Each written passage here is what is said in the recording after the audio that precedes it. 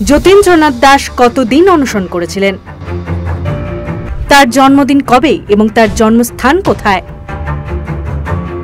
প্রথম কোন আন্দোলনে গ্রেফতার হন তিনি, কোন ভারতীয় ঋষির সঙ্গে তুলনা করা হয় তাকে, শেষ যাত্রায় কে উপস্থিত ছিলেন এবং জনসমাগম কত ছিল। বিপ্লবী যতীন্দ্রনাথ দাস, জন্ম 27 অক্টোবর এবং মৃত্যু 13 সেপ্টেম্বর।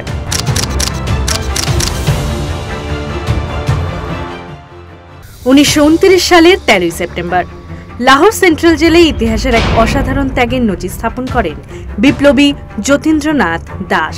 ভারতের রাজনৈতিক বন্দীদের মর্যাদা ও সমান আচরণের দাবিতে শুরু করেন 63 দিনের নীরব অনশন।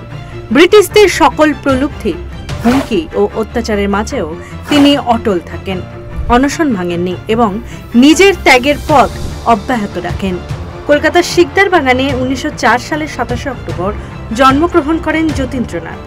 মাত্র 9 বছর বয়সে মাতৃহারা হয়ে ছোট ভাই কিরণকে সঙ্গে নিয়ে বাবার একাকী সংগ্রামের পাশে থাকতেন তিনি। শৈশব থেকেই স্বাধীনতার গল্প শুনে অনুপ্রাণিত হন। ক্ষুদিরাম বসু, প্রফুল্ল চাকি, বাঘা যতীনের মতো বিপ্লবীদের সাহসিকতা তার মনে চিরস্থায়ী প্রভাব ফেলে। ভবানীপুরের মিত্র ইনস্টিটিউশন থেকে ম্যাট্রিকুলেশন প্রথম বিভাগে উত্তীর্ণ হওয়ার পর বঙ্গবাসী কলেজে বিএ পড়তে ভর্তি হন, কিন্তু দেশপ্রেম ও বিপ্লবী চেতনায় পড়াশোনা মাঝপথে ত্যাগ করেন। ছোট বয়সে যোগ দেন অনুশীলন সমিতি এবং হিন্দুস্তান সোশ্যালিস্ট রিপাবলিকান অ্যাসোসিয়েশনে।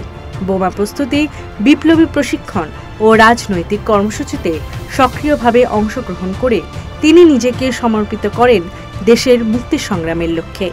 1921 সালে মহাত্মা গান্ধীর অসহযোগ আন্দোলনে যোগ দিয়ে প্রথম গ্রেফতার হন। এরপর 1929 সালের 14 জুন কলকাতার হাজরা রোড থেকে গ্রেফতার হয়ে লাহোরে পাঠানো হয়।